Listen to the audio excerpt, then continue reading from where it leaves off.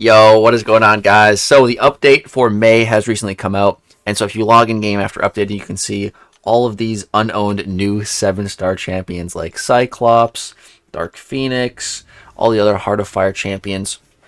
So in today's video, I'm just going to be going through and ranking these champions 1 through 6. I guess I'm going to do 2 rankings. First, I'll do a ranking in which I think weakest to strongest, and then I'll also do my own personal ranking of what I want, the order I want them in, because those might look differently. They definitely will look differently because of one specific champion, which we'll get to. So I made a nice little graphic. Well, I'm probably just going to use this for the thumbnail, but these are our 6 champions: Dark Phoenix, Apocalypse, Nick Fury, Immortal Abomination, Future Ant-Man, and Tigra. So just to make sure everything is clear with how this event is working, Apocalypse, Nick Fury, iBomb, Future Ant-Man, and Tigra will all be available, attainable in the crystal for this event, in the 7-star Heart of Fire crystals. But Dark Phoenix is not. She's not in those crystals. It's only 5 champs in the crystals. She will be the final milestone, the chase champion, and you do get 2 copies as well. So with these 6 champions, let's go ahead and rank them. So I think it's, I think there's one champion here that is at the bottom, and that is just feels a bit weaker than the rest of these champions, and on his own. And I think that is absolutely Apocalypse. I think Apocalypse is the weakest out of the 6 here. And I think one of the biggest things holding Apocalypse back is his signature ability. I think he has one of the worst signature abilities in the game. I really wish they gave him a new one. I really wish they gave him, like, or at least thrown in, like, a Battlegrounds clause, you know, into the Awakened ability. That in Battlegrounds, Apocalypse starts with, like, 1 extra charge or something like that. Just a little something to help him be a little bit more relevant on attack these days. Because what the signature ability does, if you're not already aware, basically, when Apocalypse doesn't participate in a fight, he enters his rejuvenation chamber to slumber. At the start of his next fight, he regenerates some health for each fight his teammates won while he slumbered. This can stack up to 2 times. So, like, this can only be utilized, you know, in questing formats. This cannot be utilized in Battlegrounds where, you know, you have 1 fight. Apocalypse came out a long time ago before Battlegrounds was a thing. So yeah, like, I think Apocalypse is going to be great as a 7-star, definitely in questing scenarios, and I think he's really going to be great just to be able to boost up other mutants in the mutant class with his horseman abilities. But I think on his own, I think he is the weakest out of the 6. I really do. And that actually, if none of these champions change, if we're all just talking about the 6-star versions, and we're talking like before this event was announced, these 5 champions, at least Dark Phoenix was announced before, but I think Apocalypse would have been a little bit higher. But something happened to a different champion to make them just slightly edge out Apocalypse, and that is our next champion in Immortal Abomination. So I actually put Immortal Abomination slightly, ever so slightly above Apocalypse now. And why is that? What changed? You know, if I was ranking the 6-stars, like I said, I think Apocalypse would be above iBomb, but iBomb is technically getting buffed. So 2 things are happening to Immortal Abomination.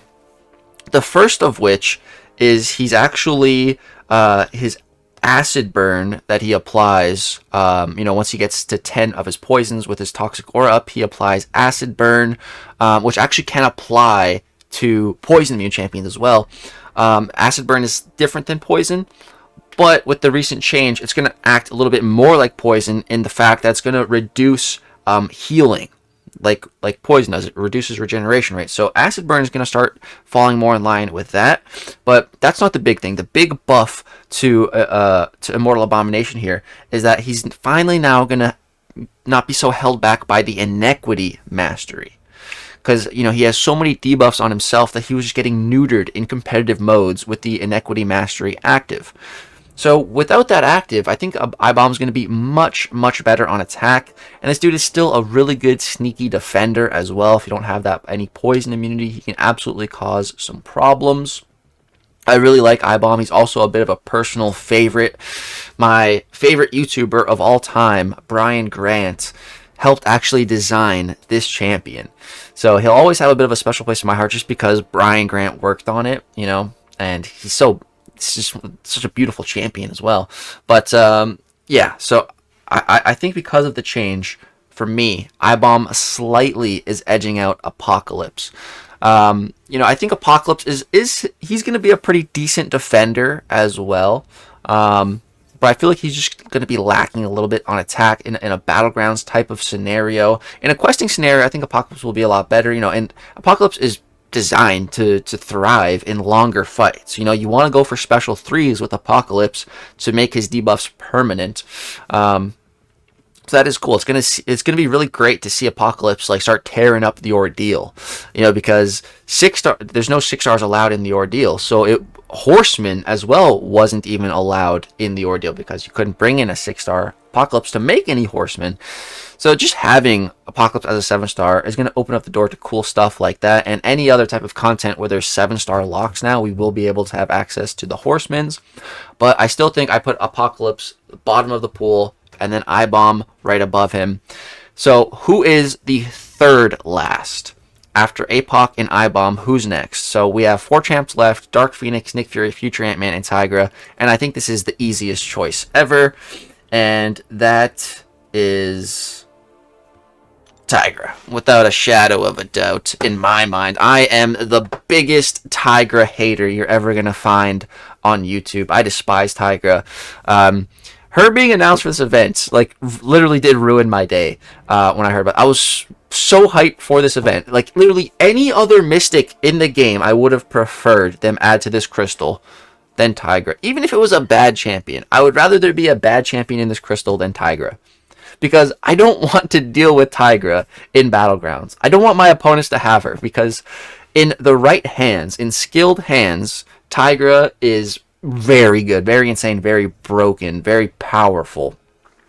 But that's in the right hands. She is, I'd say Tigra is in like the top 3 highest skill caps to learn for a character.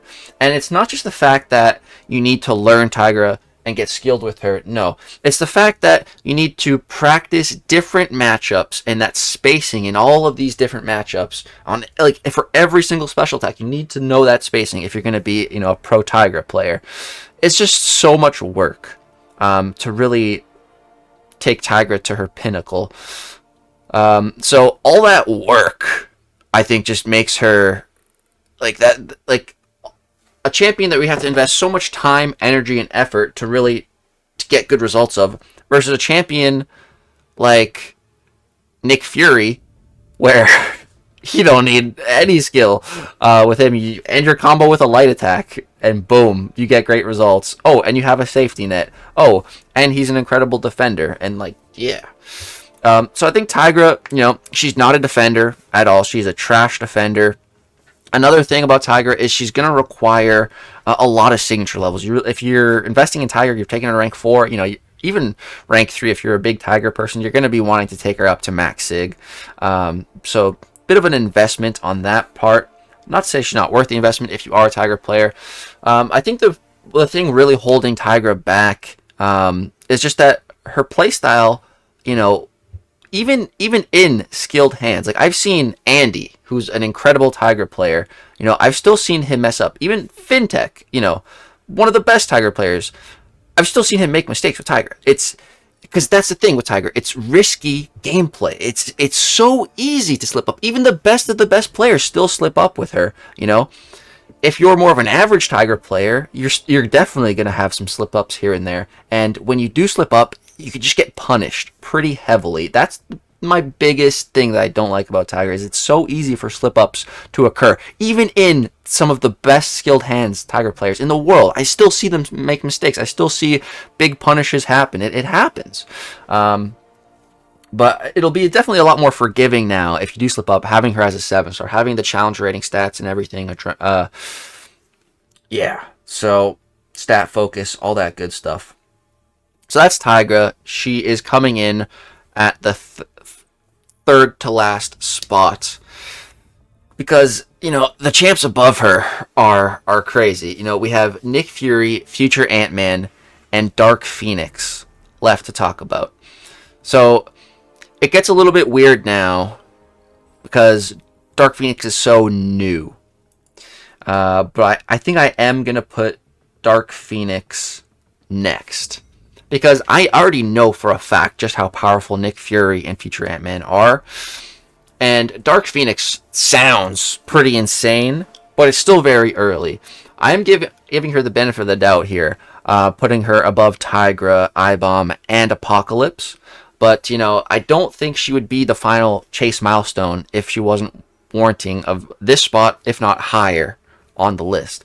So, Dark Phoenix seems absolutely insane on defense. First and foremost, she seems like the Serpent of 2025 at first glance. That's kind of what she feels like. It's kind of the vibe that I'm getting. A trophy champion Serpent, kind of. But I don't know if it's going to be that severe as Serpent was yet. She definitely has some immortality. She has Nova Flames, which is really cool. I love Nova Flames, man. She has some safeguard mechanics, so I feel like she's gonna feel pretty safe when you're playing her. She also has a way to heal quite a bit in her immortality. I think if you set it up, you can like heal the full quite easily. It does require some setup. She also has permanent Nova Flames that she can apply on the special 3. I really like that. I think that's pretty cool. But the big thing is she is going to be a massive roadblock defender. I can absolutely foresee Dark Phoenix being top 5 best defenders in the game, maybe even higher, dude. Like, I am legitimately a little bit worried, but that's also why I really want to get her, so I can take her to rank 4 and just have her do work for me on defense. But if I take her up, I'm also going to have to learn to fight her and probably having to deal with other Dark Phoenixes in Battlegrounds. So, going to need to learn how to fight her. Maybe I'll make a guide on how to fight her, some of the best options. I'm not sure who the best options are going to be yet, but we'll definitely get that figured out and make some content on that. And then, the other really great thing about Dark Phoenix is she's top 5 prestige in the entire game, which a few months ago wouldn't have been as big of a deal as it is now. But now, Kabam seems to be pushing prestige a lot more recently. They've talked about, even changing it, not for AQ, but for other stuff. Like, I think they said it for the Valiant event quest, or for the event quest going forward, they want to have it so that it could scale the rewards and the difficulty with individual player prestige, but it would be top 30 prestige. And then we also have, the Radiance store now, and Radiance is going to be eventually added to Alliance Quest. So that is going to make Prestige a lot more important. And I'm actually really thinking about Prestige more and more and more now. So that's just like the cherry on top for Dark Phoenix. She's got a very high Prestige champ, going to be a super meta defender. She's always going to be able to do something for you just by putting her on defense. And on attack, she's got some potential. She looks interesting. The jury's still out on that one, but the defensive capabilities alone and the prestige and the fact that she is the final milestone, she's going to be good. She's going to be crazy. I'm really excited to play her. I'm pretty much guaranteed going to take her to rank 4, I think. Unless there's something like I really dislike when I'm playing her, but pretty much set on that rank 4. Alright, we only have 2 champions left, and that's future Ant-Man and Nick Fury. So this is tough. Which one do I think is stronger?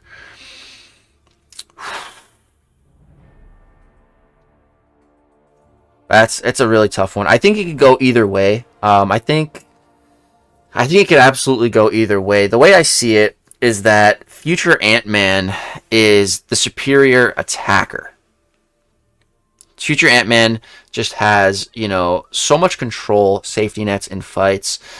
He feels incredible. He's in such good power control. He's one of the best tech champions in the game, without a doubt. Maybe the best tech champion.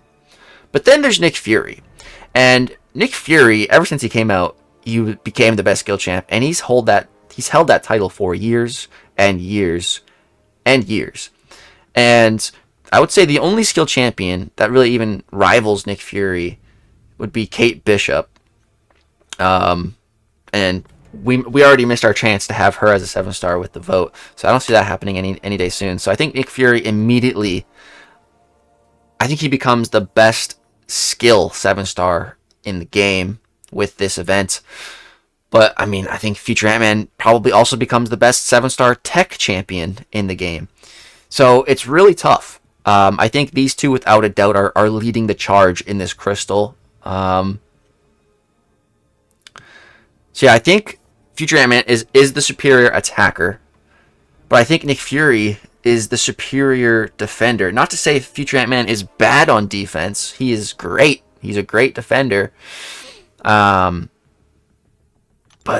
Nick Fury is just... He's so unique. There's no one in this game quite like Nicholas J. Fury, dude. With his life model decoy just being one of the most insane signature abilities. Like, imagine if Apocalypse had this as his signature ability or something like this. Like, it would be absolutely game-changing. Like, this is what makes Nick Fury so insane. And you just need him awakened, signature level 1, to have access to this, and he becomes a completely different character. And, you know, it's not to say that Nick Fury is a slouch on attack either. He's not. He's just not really great for, like, a battlegrounds type of attacking, because Nick Fury doesn't reach his pinnacle until he's in his second life. And you don't want to be going second life in battlegrounds unless it's, like, to time the fight, like, the moment you die and finish with, well, if you're facing, like, an Electro or something, or a Mephisto. I've done that. But for the most part, you're not using your second life in battlegrounds. But in a place like Alliance War, that is where I love Nick Fury. Like, I'm going to take Nick Fury to rank 4 for sure. For me, I think he's already 100% dead set rank 4. Future Ant-Man and Dark Phoenix, I'm like 90+% set. But Nick Fury, it's like 101%. Like, guaranteed, he's going to rank 4. Like, I would love to be using Nick Fury in Alliance War again. I feel so safe with him. His second life safety net just feels so incredible. And in Alliance War, like, I'm not pressed for time and speed, so I don't need to rush like I do in Battlegrounds. So I think, for me, I say Future Ant-Man as the second strongest champion in this crystal. And I think Nick Fury, for me, is the strongest champion in this crystal. Nick Fury, man, there's just so much he can do. He's useful literally every single place in the game. Offense, defense, Nick Fury has it all. He's been regarded as the best, most broken skill champ in the game for literally like half a decade. And yeah, they put him in this event for a reason. And they announced him. He was one of the first announcements as well for a reason. Because that is how freaking hype Nick Fury is. So yeah, Nick Fury's number 1. Nick Fury, number 1 strongest champion in this pool, in this crystal, in my opinion. So now let's go over the order of which I want these champions in, because that's going to be different. So dead last, Tigra. I do not want to pull Tigra. If I pull Tigra more than twice, I'm gonna be mad. I'm gonna be really mad. Just pulling her twice is gonna be frustrating enough, but any more than 2 times, oh, I'm gonna be raging. So yeah, Tigra, absolute bottom of the barrel for me. I don't even want her. Like, no, just do not want 7-star Tigra at all. So she's the absolute bottom of the barrel. Up next, I'd probably say APOC. Like, I want APOC, but the real only reason I want him is just so I can use the Horseman in places like the Ordeal, you know. I'm not really planning on ranking up Apocalypse or really using him. No. I just kind of want him for the Horseman stuff. That's really it. And then next, I would say Abomination. Yeah. I want him. Don't want him. Like, I'd be okay if I didn't get him, you know, from the event. I could live with it if I didn't get him, but I would like him. I would definitely rank 2 him, probably rank 3 him, but I'm not going to rank 4 him. No. Unless I really fall in love with him with the changes to Inequity, but I doubt I'll be taking iBomb to rank 4. And then next, I'd probably say Future Ant-Man. Definitely really do want Fam, but I would say I want Dark Phoenix a little bit more just because she's so new and cool. But yeah, I really do want Fam. Absolutely. I do have a Tech Awakening gem for him, and Fam's one I'm probably going to invest a lot of SIGs into, because, with future Ant-Man, you want to get him to his max signature level so that you can reduce the incoming effects of bleed and incinerates by 90%, and that's passives, debuffs, it doesn't matter. So that's a really big signature ability, and you really want it maxed. And then next, I would say Dark Phoenix. Really want Dark Phoenix, and she's guaranteed, so I just need to go all the way. And then most wanted, without a doubt, is the #1 best, and that's Nick Fury. 100%. If I don't get Nick Fury at all from any of the crystals, there is a guaranteed that Kabama's confirmed 1 selector in those milestones. So that's my guaranteed way to secure Nick Fury if it comes to that, which is good to know that I have a guaranteed way to get him. And I do also have not only 1, but 2 skill awakening gems, 2 skill awakening gems and 1 tech. And I think we're also going to be getting a Heart of Fire awakening gem as well. So I think my plan for that will be maybe use the Heart of Fire one on future Ant-Man, save the tech gem, and then use the skill gem on Nick Fury. I got 2 of these bad boys to burn. So that's kind of the tentative plans. We'll see. RNG could mess that up, and I could pull like 2 Nick Furies, and then I don't need to use skill gem or something like that. I don't know. So we're gonna have to see. But yeah, guys, that is my thoughts on all of the Heart of Fire champions. That's how I rank them. That's how I see them, weakest to strongest, and my most desired to least desired, of pulling them in that order. So that's going to go ahead and wrap up this video. Drop a comment letting me know what you think of the order. Do you agree? Do you disagree? Who do you want the most from the Heart of Fire? How many units do you have prepared for the events? Let me know in the comments down below. Drop a like if you guys enjoyed the video. My thoughts.